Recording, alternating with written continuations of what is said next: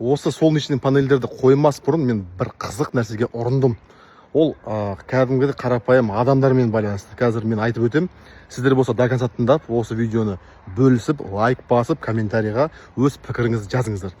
В общем, мен панельдерді қоям деген ниетпен басқа жерден көрейінші, кімде қалай панель орналасқан, кім қанша ақша тауып жатыр деп өзіміздің Талдықорған қаласында неттопотребитель дейді ғой.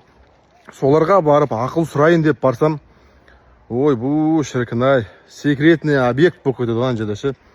Закрытая территория болып кетеді, кіргізбейді, көрсетпейді, бөліспейді. Білмеймін, мен таң қаламда. Енді мына Алланың беріп тұрған күні бәрімізге бірдей түседі.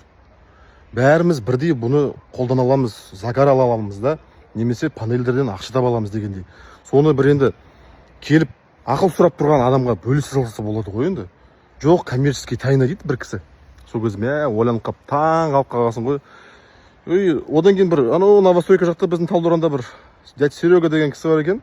Сол кісінің номерін алып, кездесіп, сөйлесіп, барсам үйіне кіргізіп, бәрін көрсетіп, мына қара, мынандай инвертор тұр, осыншама панель керек, осындай кабельдер қосқан кезде сөйт, қосқан кезде бүйт, бәрін бөлісіп жатыр. Әлі күнге шейін звондап переживать етіп, қосылдым ба, не болды, не істедің, қосылған кезде мен шақыр, қосып жатқан кезде мен шақыр, мен бәрін саған айтып берем, көрсетіп берем.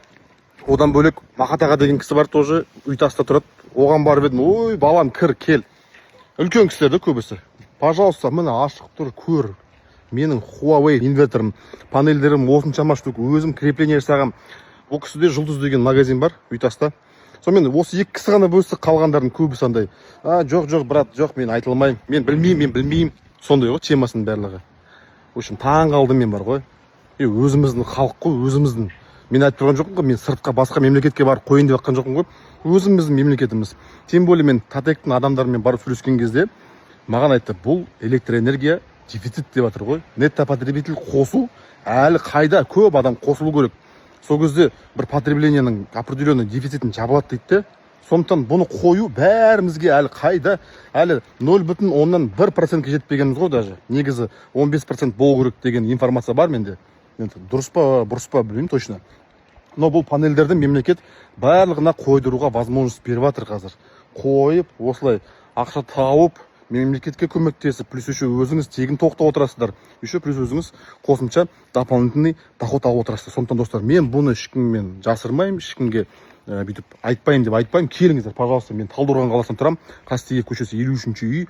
Кім келіп көрем, Мансур айтып берші, анау қалай, мынау қалай, жолын көрсетіп жіберсеңіз без проблем. Любой адаммен бөлісем. Келсеңіздер болды.